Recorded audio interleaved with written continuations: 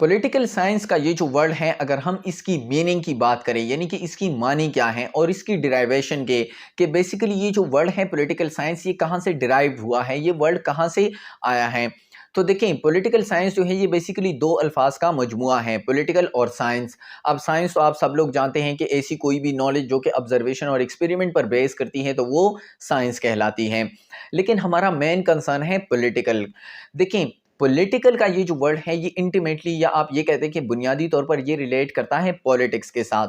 अब ये जो पॉलिटिक्स का वर्ड है ये डिराइव्ड हुआ है पॉलिस से, ठीक है, जो कि एंशंट ग्रीक लैंग्वेज का वर्ड है पॉलिस, POLIS, जिसका मतलब है सिटी स्टेट।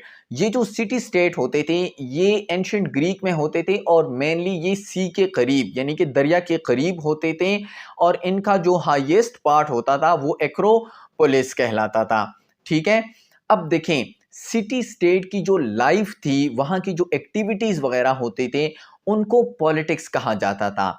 ग्रीक के जितने भी लोग थे, जो एंशियंट ग्रीक के लोग थे, उन्होंने सिटी स्टेट की लाइफ को, यहाँ के रहने वाले लोगों के कॉन्डक्ट को, उनकी लाइफ को, उनकी एक्टिविटीज़ को, उनकी इवेंट्स को बहुत बारीक बीनी से स्टडी किया था। उन्होंने बहुत डीपली इन चीज़ों की जो है वो स्टडी की थी, और उन्होंने भी इसको पॉलिटिक्स का नाम ही दिया था। जैसे कि ग्रीक से ही एक फिलोसफर थे एरिस्टोटल, जिन्हें कि हम लोग अरस्तु भी कहते हैं।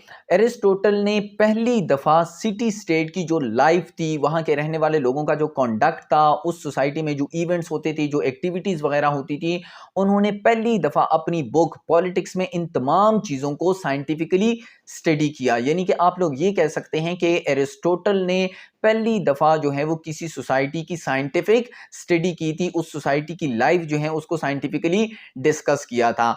और इसी तरह एरिस्टोटल ने जो है वो साइंस ऑफ पॉलिटिक्स की बुनियाद रखी, और इसी वजह से आज तक एरिस्टोटल को जो है वो पॉलिटिकल साइंस का फाउंडर कंसिडर किया जाता है। इनको पॉलिटिकल साइंस का फादर कहा जाता है। हालांकि एंशियंट ग्रीक के बाद बहुत सारे लोगों ने, बेशुमार फिलोसफर्स ने, राइटर्स ने और थिंकर्स ने जो है वो पॉलिटिकल साइंस की स्टडी की है, पॉलिटिकल साइंस को पढ़ा है और इस पर जो है वो अपनी थ्योरीज वगैरह दी हैं। वैसे एक बात यहाँ पर आप लोगों को पता होना चाहिए कि आज हम इसको पॉलिटिकल साइंस कहते हैं, लेकिन इस सब्जेक्ट का ये जो नाम है पॉलिटिकल साइंस, शुरू में इसका ये नाम बिल्कुल भी नहीं था। ये नाम इसको जाके कहीं मिला है 19th सेंचुरी में। अब इसके पहले कौन कौन से नाम थे, कौन कौन से नाम जो है वो इसके सजेस्ट किए गए थे, ये हम एक अलग से लेक्चर में डिस्कस करेंगे। वैसे अच्छा, ये हमने ग्रीक के एक फिलोसफर को डिस्कस किया, लेकिन अगर हम अपने सब कॉन्टिनेंट की बात करें, बरसगीर पाक व हिंद की बात करें, तो यहाँ जो सबसे पहले पॉलिटिकल थिंकर आए, यानी कि जिनको first political thinker of the सब कॉन्टिनेंट कंसिडर किया जाता है, तो उनका नाम है मनु, ठीक है। और रिपोर्टेडली इनका जो काम है वो, यानी कि इन्होंने जो बुक लिखी है उसका नाम है मनुस्मृति। आई एम सॉरी अगर मैं इस नाम को गलत प्रोनाउंस कर रहा हूँ, ठीक है। लेकिन इस बुक को जो है वो इंडिया की पहली किताब जो है वो कंसिडर की जाती है।